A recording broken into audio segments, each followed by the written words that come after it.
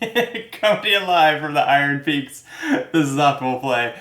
I'm Brandon. This is Bender, and we are playing Dungeon Pages, a print and play dungeon crawler available on P&P Arcade. I thought it would be only fitting to have Bender cameo on this video because he is a big reason that I have been playing a lot of Dungeon Pages lately, which, by the way, lives up to its name. It's a single page, some dice, and a pen. If I reach across the table for it without dropping the dog, boom, that's all you need to play it. Bender is a 5.5-month-old corgi puppy. He's a very good boy most of the time. And when he was younger, we were crate training him, so he would sleep in his crate at night. He still does. But we needed to, like, young puppies can't go that long without peeing. Their bladder can't really handle it. So I was staying up very late until like 2 a.m. pretty much every night, even work nights. And then my husband was getting up at about 6 a.m. So that the amount of time he was actually, wow, you are chill, buddy. Where was this chill earlier? The amount of time he was in his crate overnight was only about 4 hours. And so what I needed was something to do to keep myself awake until 2 a.m., or at least keep myself from falling asleep and not putting the puppy to bed.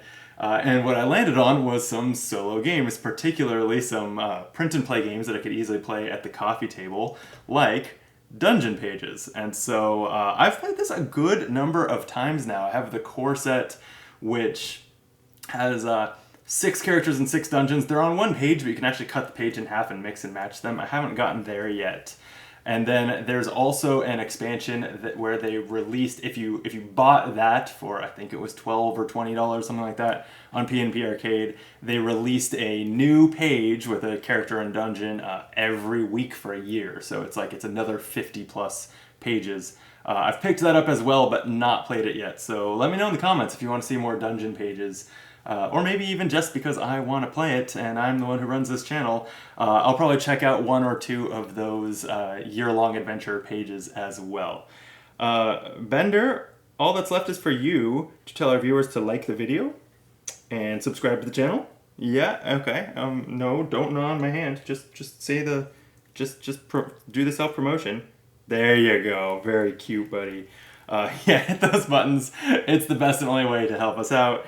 And then I am going to put Bender down and play some Dungeon Pages. Say bye, Bender. Okay, so this is Flynn, the White Glove Knight. After a few run-ins with the city guard, Flynn's made a name for himself as the Templar's newest White Glove recruit. These knights in training specialize in retrieving important relics from thieves and their corrupt sponsors. And he's at the Iron Peaks, providing the strongest metal for swords, armor, and golems. So again, they're printed on one page, but there's this dotted line here that I'm thinking does not play that well on camera, where you can cut these up and then mix and match the characters and the dungeons. I'm actually looking at this now. I kind of thought I had done each of the pages in the core set, but either I did this very late at night and have no memory of it, or I haven't done this one before. I've beaten some of them. Some of the others I have tried a couple times and still failed. It's not an easy game, so we'll see how this goes. Kind of what's going on up here on the character part of the sheet is, I'm gonna hit the pause button and see if turning down the brightness on this helps a little bit, because I feel like this page is a little washed out. Okay, I turned the brightness down on this view significantly. Hopefully that is more readable. Maybe it didn't make a difference. This page does have some kind of faint, like there are some traps and things that are printed fairly faintly on here. I actually think it's kind of annoying on occasion, just looking at it as, with my eyes, and I think on camera I'm worried it plays even worse. But, I'll narrate through what we're looking at. So, anyway, the top half of this character sheet has the character's health. As I take damage, I will be marking off these pluses. Flynn seems to have a really interesting health kind of panel where, so you expand your health bar by getting these health potions that are littered around the map. Instead of 2 or 3 health each, which the other characters I've seen mostly had, his first health potion does almost nothing, gets in 1 hit point, then 2, then 4, then 8. So they're like exponentially more valuable than the last. Weird. Okay. He has a spot to mark off experience, which I'll hopefully be earning as I go, gaining some additional perks as I hit certain thresholds. And then he has an ability, Finesse. Once per turn, I can flip 1 good die to its opposite side. I will be rolling blue dice that the game will call good dice, and red dice that the game will be calling evil dice. And only the blue dice can be flipped with that ability. But okay, that's great. And then here, as I earn XP, I can also unlock weapons and relics that, if I remember to use them in the clutch moments, can be very strong. But sometimes using them correctly can be a little tricky. So here goes nothing. I'm going to... So I need to clear each of these dungeons by getting from the door to the treasure chest by rolling dice and writing the numbers in these boxes, triggering all sorts of effects as we go. I probably want to start with these, the Vaudan's Chateau and the Overgrown Shop, not necessarily in that order, but one or the other, so that I can start with these ones where this cube icon here means that I'm rolling 1 evil die. And I don't think I really want my evil dice to outpace my good dice if I can avoid it. So I think I'm going to start the Overgrown Shop. That looks pretty decent.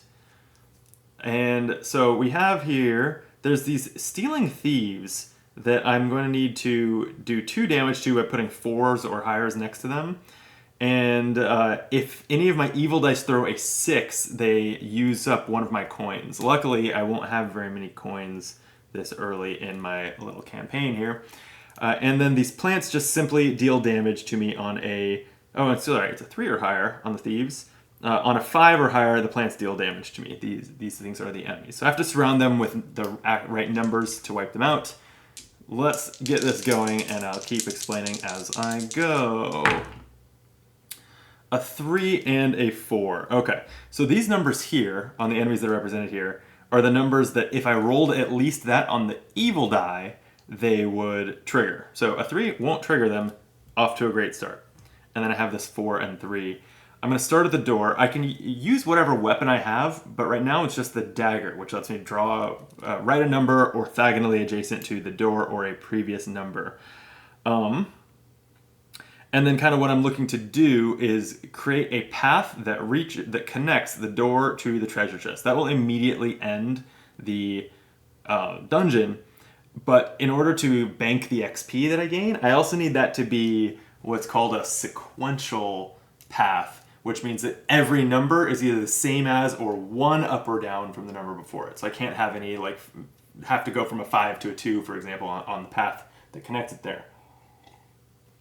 Only if I succeed at that do I get experience for defeating enemies and also for each column of this dungeon that I have fully numbered. So anyway, these plants get damaged really easily. They have 1 hit point, and I just have to put a 3 or higher next to them.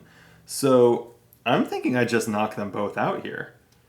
That just seems like I'm going to take a lot less damage that way, and I don't have a lot of health. So I'm going to throw a 3 here. Let me figure out how to write well. I've kind of created a weird angle for myself right-handed with these dice here.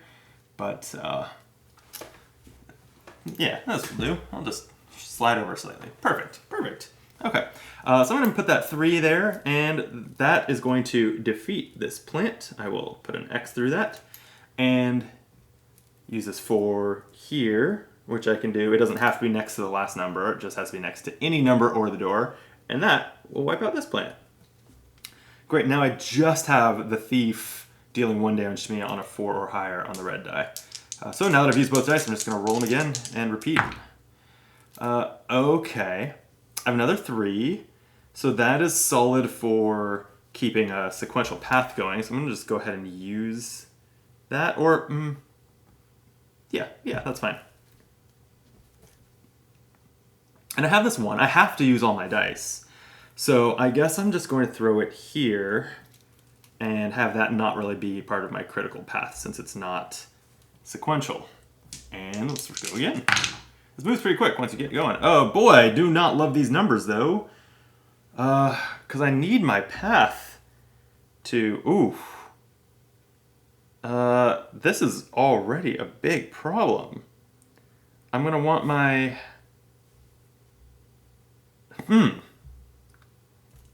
Have I already failed at getting a sequential path? This is so bad. Because I can't put a... If I needed a 2, 3, or 4 here so that I could kind of keep a sequential path going down there. Okay. There's a solution. Is there? I'm trying to think. There's a teleport potion down here, and what that lets you do is write in one of these walls as if it was a square. But I guess that no, since I can't go diagonally into that wall or anything. Wow, alright, I think I'm already not banking experience here. I have this finesse ability that lets me convert this 1 to a 6, but that doesn't get me there. Brutal. Oh, you know what? I see it. I see... nope. Because if I write a 1 here... This is an erasable pen, so I'm just gonna play this out a little bit. If I put a 1 here, I could get a 2 here and keep a sequential path, right? But then where do I put this 6? I don't see it. Because if the 6 goes here, it's going to block the path. If it goes here, it's going to block the path.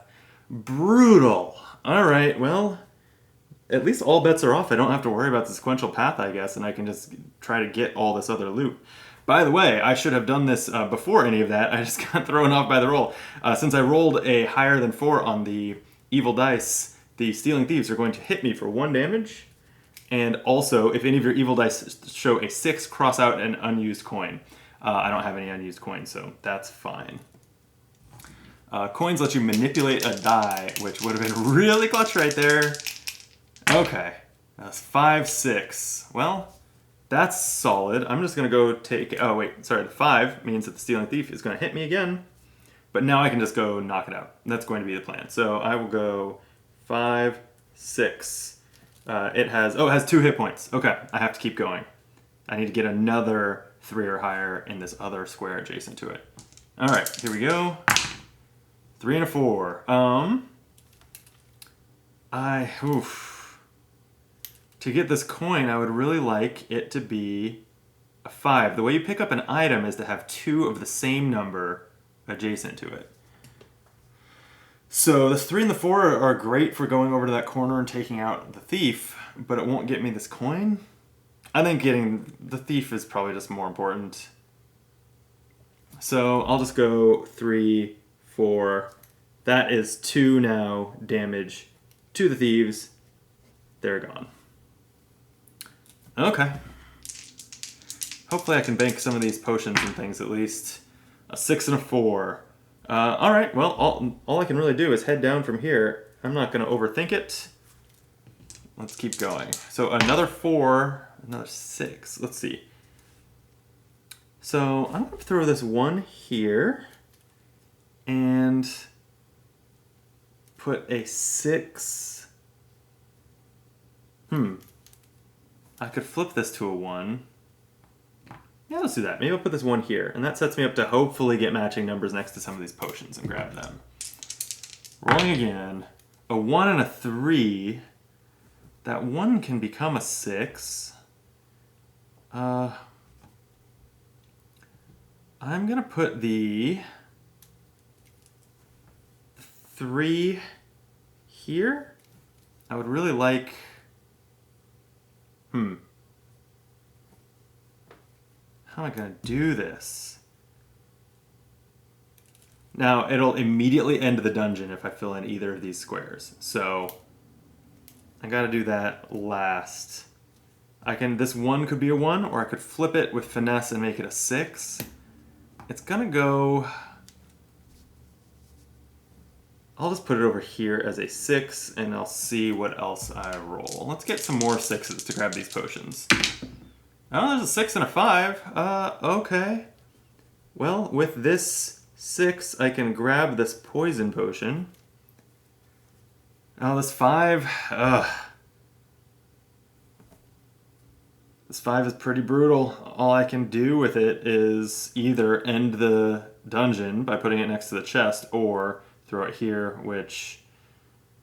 Yeah, I guess it means I'm not getting either of these potions. But this does let me roll a 6 to potentially grab that key as I enter the dungeon. So that would be something. A 2 and a 3 though won't do it. Man. All right. So I have my path to the chest. It is decidedly not sequential. So I don't bank any of the experience that I got from completing columns or defeating enemies, and this is off to a terrible start. I have, to be honest, if I weren't recording this, I would probably get a new sheet or erase this again, erasable pen, and start over. When it goes this badly, it feels pretty bad to me. But you know what? When the internet's gonna see it, you don't chicken out. You power through. You go to Vaudin's Chateau for a fresh start, and you do better. So this poison potion, which was the only item that I came out of there with, I can use it, crossing it out at a later occasion, to write a 4. That's it. It's just write a 4, which I can plan around, and that can help me get an item or, finish the sequential path, something like that. So going to the chateau, no experience in my pocket. This one has no enemies in it, so it's not a very good one for racking up XP, I guess. But let's see what else is going on. It has shifting tiles. If you mark this space, that's these blue ones. If you mark the space, you must immediately mark an adjacent space with a 1. If you cannot do so, take 1 damage. Okay. And then if you mark them with 6s, that disarms them, meaning you don't have to follow that instruction. So, let's see how this goes. We're starting off with 6 and a 5. Well, if I could get to the shifting tiles, that would be nice, but I'm not there yet. So I'm just going to go... I definitely don't want to leave without this health potion. So I'm going to go 5, 6, and roll again. There's another 5 and a 3. Oh, but the 5 isn't the number I put next to that. Okay. Well, I can utilize these shifting tiles to get 1s next to these coins. That feels pretty good to me, actually. So why don't I go 5, and that triggers the trap. I must immediately mark an adjacent space with a 1. And then I have a 3. I'm not really seeing that being very good over here, so I'll go back to the door and put it there. All right. 3 and a 6. Okay, I wanted that 6 to go next to the health potion, so I'm just going to jump on it. 6. Health potion earned. 1 whole hit point, but also the next health potion will be that much better. Okay, something went well. And this 3. So now I'm kind of simultaneously working on 2 paths that are currently sequential. So I like when I can do that, because then when one of them falls apart, I have a plan B. All right, 5 and a 3 again. Well, I'm not mad at that. Let me throw this 5 on the shifting tile, which forces me to put a 1 next to it, which is just what I needed to get these coins.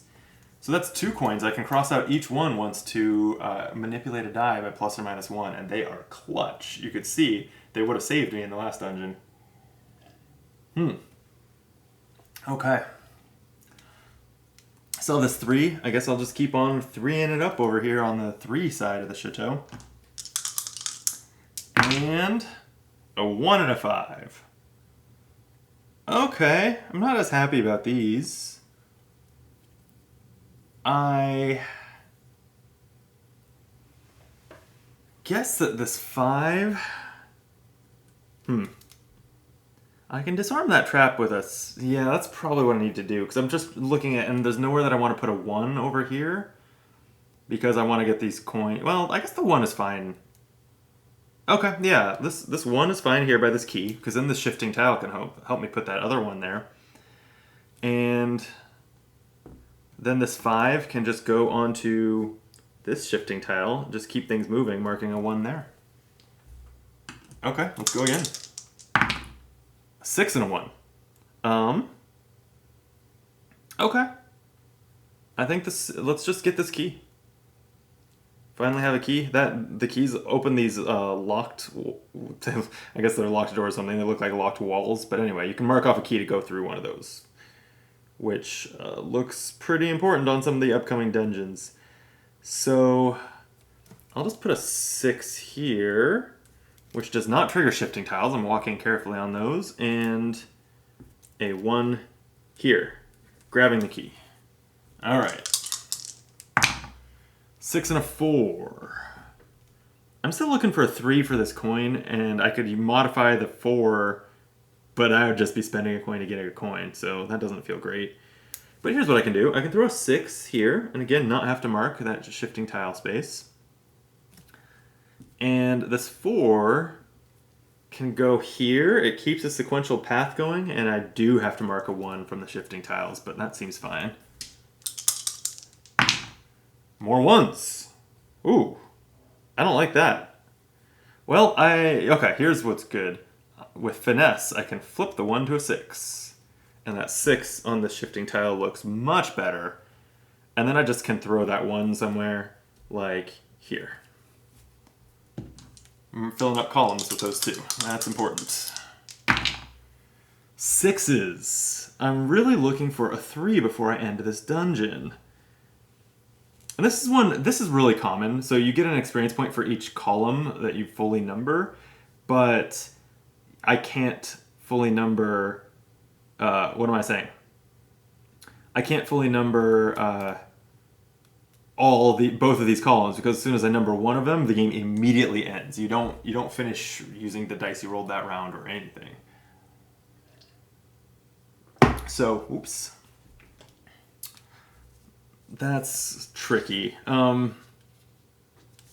Okay, well, essentially, I just want to not end it until I ideally get that coin. That's the only thing I'm holding out for, and to fill that column up. So, let me put a 6. No, that's going to block my sequential path. Oh. Okay. Because I didn't keep that sequential over here. So I'm looking at 5, 6, 5, 6, 5, 5, 4. I have it here, but I can't drop a 6 there. I can modify it to a 5. Let's just do that. I'll use a coin. Make this evil 6 a 5. And I'll use this 6 here. So I'm hoping to roll a 3 to get that coin, and I don't want to modify a die. That defeats the purpose. So 6 and a 5, that won't do it. So I think I'm not getting the coin, because you have to use these dice. So luckily, those are good numbers to get my sequential path done. So I'll just throw a 6 here. I won't get the coin.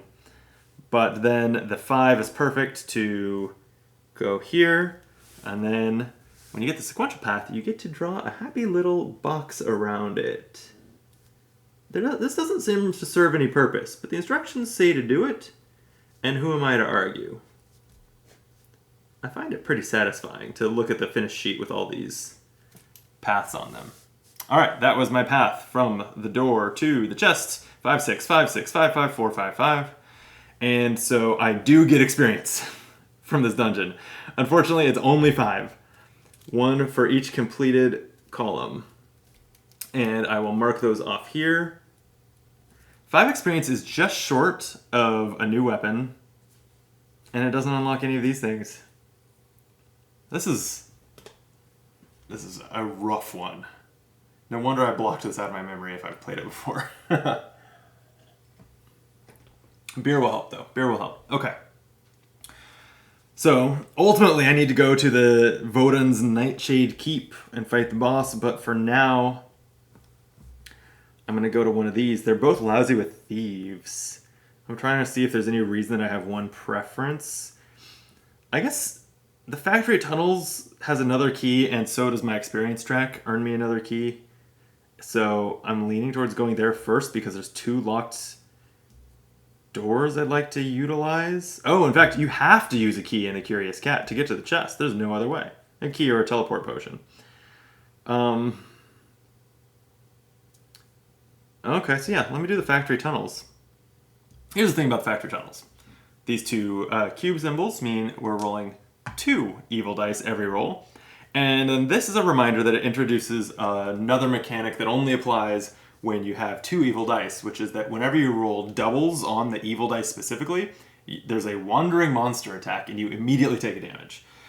The triggering the monsters and stuff, if you have any weapons or abilities or anything that modify dice, you can bump, or use coins, you can bump down that red die so that the enemies actually don't attack after all. Can't do that with a wandering monster. It is completely unavoidable. So anyway, that's something that I'll have to keep an eye on as a potential source of damage. Ideally, I'm getting good dice at about the same pace as evil dice, because those are the ones I can apply my ability to. Not the case here. All right. So this one is theoretically really fast. The door to the chest is right there, but obviously if I want to pick up some experience and some coins and things while I'm here, I'm going to need to be a little more considered. In fact, it looks like the only way to get the coin, or to get the key also, is to go the long way around, right? Because if you go this way, you're just going to immediately end it when you mark one of those spots next to the key. All right. So the plan is going to be to go around, end it there. Okay, the 4 will trigger the Stealing Thieves, 2 of them, unless I want to use a coin, so it doesn't. And also then I would have...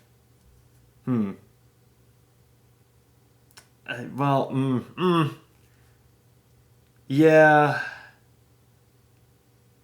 No, I only have 1 coin total. Alright, I'm not going to use it here. Okay, so the Stealing Thieves, there's 2 of them in this dungeon. They are triggered by that 4. They're going to each deal 1 damage to me. They also would take 1 of my coins if there was a 6 on an evil die, but there's not. Okay, then I have to use these numbers. So I can... Pretty much, I think I just want to get down there and try to take out the thief before I spend a bunch of time going around so it doesn't just wail on me. So I'm going to go 2, 2, 4, and that's one of the 2 hits against the thief. Another, or it's a 2, 4, 4. Jeez, it's another 2 hits? Man, I think I gotta... I think I gotta use the coin. I'll earn some more coins, I promise. I'm gonna use the coin to bump this down to a 3. And then they won't attack me. So now I can use the... I think I want the 3 here to kind of continue the sequence that I have from the door. Although I could always start a new one from here, so it's not that important. Actually, I guess it's not important at all. That's the 3. And then I think I'll just go down in here and use the 2 and the 4 where I don't need to worry about sequencing and take out a thief.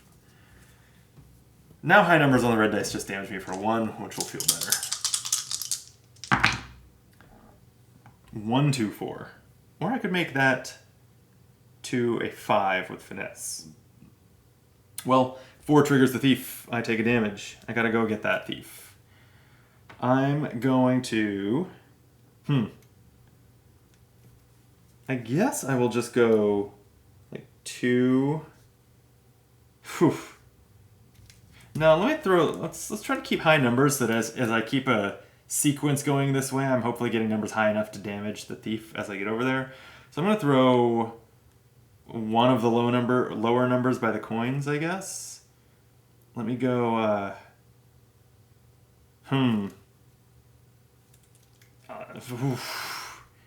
Okay, I'm gonna finesse this 2 into a 5, and then I can go 4, 5, and use this 1 next to the coin so that I can throw away my other 1 in that corner, getting coins in the process. The next time I roll 1. Okay, fresh roll. 5 is going to trigger the thief, damaging me, but there's no 6s, so it doesn't steal a coin. I don't have coins anyway. Okay, well this worked according to plan. 5, 5, 1, get the 2 coins. Whew. Okay. Get some more rolls like that. Yeah, that roll is kind of like that. Kind of. It's It's gonna break my sequence. Am I using the coins here so that I can take it? Well, here, okay, first things first. The thief attacks. I'm down to 4 hit points. This is really rough. Then I have a 5, and a 2. Well, so I will certainly use a 5 here. And that's 1 hit against the thieves, and they have 2 hit points. If I use this 2, it breaks the sequence. I could throw it down here. I just won't be able to do that again, and it doesn't kill the thief right now. But I need the experience. There's no way that I complete this without this experience. So here goes nothing. I'm gonna throw the 2 here. I have no further opportunities to waste numbers. I need practically a perfect sequence from here on out. And then the other 5 here, so that a 4, 5, or 6 will continue the sequence and take out that thief. And now that's a roll. Okay. Well, it is high numbers, causing the thief to attack me, but then I can use like a 6, take out the thief, 5, 4. That was, other than getting hit, that was a perfect roll. And since, yeah, I think that it was unavoidable. I needed like 4s for the sequence, so it was going to hit me. There's no enemies left. And really, there's only 3 spaces left, so I just need a really good roll here to end this. That's likely good enough. I think... Yeah, okay, I see it. I'm going to use a coin that I earned earlier to turn this 3 into a 4. And then it looks to me like I can go 5 here, 4 here, and then I have 2 4s next to the coins. I'll get those. This 6 will end the dungeon with a sequential path and every column perfect, so that's great. It just won't get the key. I could use 2 coins to make this 6 a 4, so that I'll also get the key. Is it worth it to get a second key? Oh, I'm gonna get a key from experience also. It's one of my experience rewards. So no, I'm not gonna. I need the coins, so I'm just gonna write the 6. And just to double check, I've got 2, 3, 4, 5, 5, 5, 5, 5, 6, 5, 4, 5, 6. I did a real long but successful sequential route to the exit as I lazily draw this so that I don't take too much time doing it.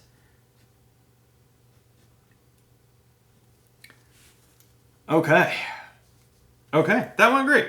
That went mostly great. The experience that I get for each thief is 2. Or sorry, is 1 each, so 2 total. And then I completed 6 columns for 6 experience. 13 experience. Okay, this is great. That got me a key. And I also reached the 13 threshold, which gets me an extra good die. Thank goodness. And then finally, I can buy one of these weapons or relics that's listed here that is that I have the experience to be able to get. So I can get the Raven Star, which gives me 2 range at in orthogonal directions, which means I can write numbers. I can skip over a space when I write numbers. I'm looking at the Curious Cat though, and I'm not seeing that being a huge priority because it's so cramped. So I can also use the Ring of Good Fortune, which has 2 charges that let me re-roll 1 good die. I think I'm going to take that, so I just have to mark that off. It doesn't cost me anything, you just have to have the experience to get it. Okay, we're down to the last 2 dungeons if I even survive the next one. I have 3 hit points. But I have the 2 keys that I need to get through this dungeon. And I have some coins. It's not over yet. Alright. Here we go, into the Curious Cat. 3, 3, 4, 4. Well, the 4, unless I change it, is going to trigger the 2 thieves. I think I gotta change it. I don't want these 2 hit points, or these 2 hits right now. So I'm going to use a coin bump this red 4 down to a 3. So the moment where we check for wandering monsters has passed. So now I can make this 4 a 3, and the doubles don't hit me. That's my understanding, at least. Then thieves only take 3s next to them to hit, so let's get wailing on them with these 3s. I'm going to go, 3, that's a hit, 4, 3, and that's a hit, so the thief is gone, and boy, I could really beeline for this chest, except with if I get this teleport potion, except I have to have that healing potion. I don't see how the game is winnable without it. It's probably not winnable with it, but I'm trying not to be too pessimistic. So that I won't plan on doing that probably, but I will just drop a 3. Well, let me get moving towards that other thief then, so I can take it out as quick as possible. Okay. Let's roll again. 4, 4, 4, 6. Okay, well, the thief hits. I take a damage. Also, since there's a 6 showing, I lose a coin. I only have 1 coin left. That's rough. Well, and I can't quite take out this thief this turn, but it's good that I put this 3 here, because the 4s will sequence with it nicely then. I'm going to go 4. 4. I went through a locked section, so I have to spend a key. Let's spend the key I got in the chateau. So that was 2 4s used. Another 4. And 6 is not in sequence, but it hits that... It hits the thief. I'm just going to do it. I definitely need to sequence this, but so I'll have to go this way with it. Or teleport through the wall after all. Alright. Fresh roll. Here we go. 1, 2, 2, 6. Oof. Well, the 2s are interesting because I could grab like the teleport potion with them. So anyway, first things first. The 6 triggers the thief. Oh man, loses me a coin. Sheesh. Okay, and these are not great results for my sequence at all. I can finesse 1 good die. The 1 into a 6 or the 2 into a 5. I almost definitely want to do that. But, this is hard. Okay.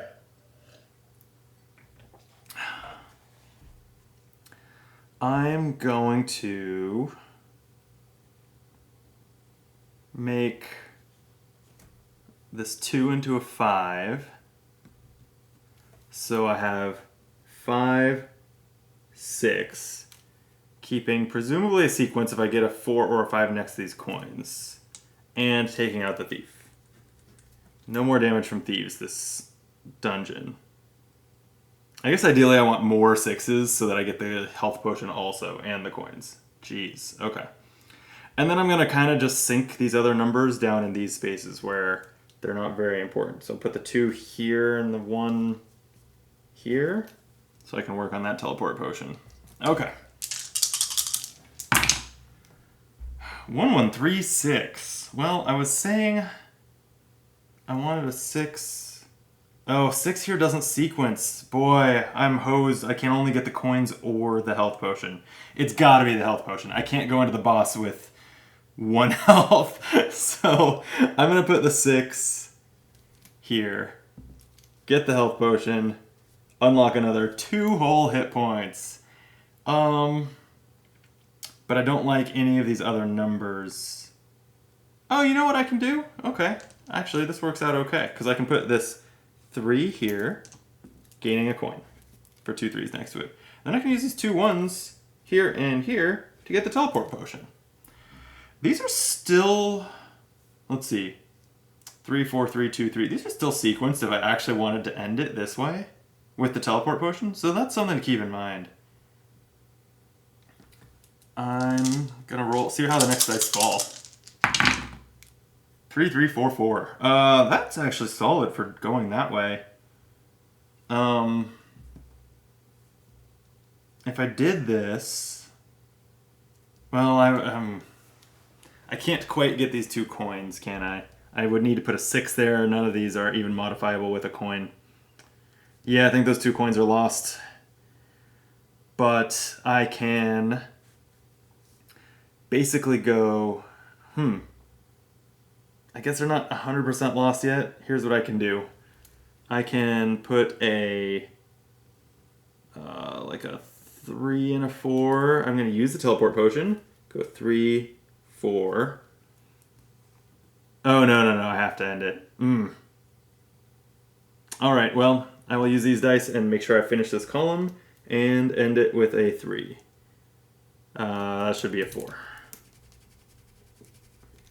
Okay, the good news is I completed the dungeon with a sequential path again. So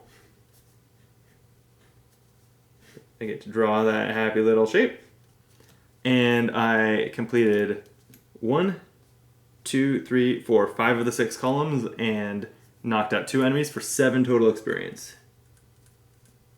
I'm at 20 now. That actually gets me 2 coins, which is pretty sweet. But if I had gotten the experience from that first dungeon, I might be at 27 getting the 2 extra health potions right now, which would have me at 15 health instead of 3. So that would have been great. Then I can buy a new weapon or a relic. Oh, I can't. Remember when I said up front that one of the hardest things about being decent in this game for me is remembering to use my relics and stuff? I wonder if I should have used a relic in that dungeon. Maybe not. I should. Maybe it's good that I still have those charges and that dungeon worked out okay. But man, Scarlet Crest says upon gaining coins, add a used good die back to your dice pool. A used good die back, which would mean it's the same number, but it's when you gain coins. It's too late. There's not enough coins. I'm not going to prioritize those in the boss fight, I don't think. So I think I'm going to take, in this case, even though the lucky pick is some number manipulation, I think I just want the Raven Star, the one that gives me the 2 range for this boss fight. It's a bigger dungeon. There's crazy stuff going on that I haven't even really looked closely at yet. I'm just going to take that. So now I have the ability to skip over spaces. And my understanding, so you can't, with ranged attacks, you cannot skip over traps, like the shifting tiles I wouldn't be able to skip over. But these are purple instead of blue. The traps are blue, these are purple, and they're defined here and not in the trap section. I think I can range over those. So anyway, the time is here. I have 3 hit points, and I'm going into Voden's Nightshade Keep. So in addition to 2 plants, there is Voden Architect. On a 4 or higher, it's triggered, does 1 damage. It takes 4s to hit him. He has 2 hit points and 4 XP. I'm not going to prioritize a sequential path, so I get to bank the XP here. If you're like really wanted to show off at this game and end up with the maximum XP, that's what you do. You can get even more experience and, write about it on the Board Game Geek forums, or the PNP Arcade Discord, I guess. Show off that you got 1,000,000 XP. I'm in survival mode here, so sequence is not an issue. So anyway, where was I? Experience doesn't matter. It has an ability, if any of your evil dice show a 6, mark a rock shoot with an X. Rock shoots are these, they are like an outline of a box. It says, treat this space as a normal space. If you mark the space with an X as a result of a pressure plate, this space is impassable and is considered a wall. You may not use abilities or effects that would mark this space. Oh wow, so he closes off one of these every time he gets triggered and evil die shows a 6. And then the pressure plates, these circles here, say after marking this space, immediately mark a rock shoot with an X. Okay, so that's great to have a ranged weapon and be able to skip those, potentially. Alright, so let's look at my inventory here. I still have my poison, so I can drop a 4 for free. I have a coin. 3 total coins. And I only used 1 key there, so I have a key left. There is a lock. Like if the rock chute closes off here, I can go through the locked space. I'd have to be really careful to not end the dungeon, because you do end the dungeon if you reach the chest, and you have to kill the boss first. Okay. Also, there is a third evil die here, which dramatically increases the chance of wandering monsters. I don't think I've had any yet, but when you have 3 dice and you're just looking for doubles, it's going to start happening. So I could just die on this roll with 3 hit points. Let's see what happens. Wow. I think that's actually what happens. I guess not. Well, so I immediately take a damage from a wandering monster. There's double force. Also, the architect is going to hit me for 1. And it would cost me 2 coins to bump these both down to 3s to avoid it. So I guess I'm just going to let that happen, and I'm at 1 hit point. I'd rather save those coins for when just 1 coin can save me. I think I'm probably screwed, but anyway. Let's do this. Alright, so the pressure plates mark rock shoots with an X. I think, I need this healing potion. I actually need to prioritize this. Like, can I get it this turn? Let me think this through. I have 2 4s, so I have matching numbers. I think so. And I have a poison to get yet another 4. So let's start with a 2 here. And then I can skip down to this pressure plate with my ranged Raven Star. So I've used the 2. Again, I'm not going to worry about sequence, so I'm going to use the 1 here. And then I can start working on 4s next to this health potion. So I can put 1 4. I can't use my ranged weapon to go diagonally. Raven Star just says up, down, left, right. So I have to write on this pressure plate. But I guess so be it. I'll put the 5 there. And I immediately have to mark a rock shoot space with an X. I'll just mark off this one. Not going to go get those coins. Probably not even going to take out that plant. I just have to roll perfectly so that I don't die. And then I can use this for here. Is that the right rock shoot? I have to go kill that plant. I actually think I need to get that source of damage off. Now that I'm getting the health potion, I can think about a little bit longer game because I got 4 more hit points. Okay, those are the dice. So let's go again. Oh wait, I still have to mark off a rock shoot though. These are all just terrible spots for it. I guess I'm going to ultimately go up and around this way to the boss. So I'm going to mark off this one. Sheesh. It's getting tough. It's getting tough. All right. Here we go. Well, shit. I'm going to take a lot of damage here. 4, 5, 6. No wandering monster. But that's going to trigger all 3 monsters for a damage each. 1, 2, 3. Also, one of my evil dice shows a 6. So I have to mark off a rock shoot. Maybe I use a coin here to avoid that. I think I do. Alright, coin spent. Make the 6 a 5. So that at least a rock shoot doesn't close because they're all kind of on my critical path now. So these are great numbers for taking out this plant, though. I can basically spend my turn doing it. Well, not entirely. I can go like, let's see. Plant gets a hit by 3s. Oh, they have 1 hit point. Oh, I don't even have to go that far. Okay. Great. So, 3. It's gone. It was a mistake. I should have used my poison potion last time. Just done it before it could even act and hit me. Yep. That would have been the play. I didn't realize that it only had 1 hit point. Okay, well, the plant is down. Let's see if I can take out this plant too. I bet I can. I used the 3. So if I fill in the 4 here, then I can use my ranged weapon to get over that pressure plate. And I have 3 5s, so I'm just going to go 5, 5, and that takes out this plant. And then 5. So then I can skip over that pressure plate also. That's actually, like, getting to be promising. It's going to depend on how much damage I take. Let's roll some low numbers. Not low enough. But only the boss is left. Oh no, this is okay, wandering monster hits me. Oh, I have 1 hit point. So that means I have to use these 2 coins to bump these 4s down to 3s so that the boss doesn't trigger. Yeah, otherwise I'm out. So 2 coins, these are 3s. There was no other option. Alright, then I mostly just want to use these to get over to the boss, because these are... Well, let's see if I can get a hit on the boss. I can use finesse to flip a good die. I can also re-roll one. Yeah, maybe. Can I... Is it possible? 1, 2, 3... with 5 dice, it's possible to defeat the boss here. Let's try this out. Okay, so I am going to use this 2. Using my ranged weapon to get over the pressure plate. There. Also, why do weapons let you do things like jump over pressure plates?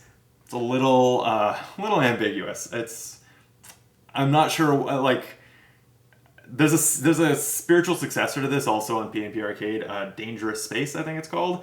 And in that one you have more of a tech tree where you have boots, and it's a little bit less abstract than saying a weapon, a throwing star, gets you over a pressure plate.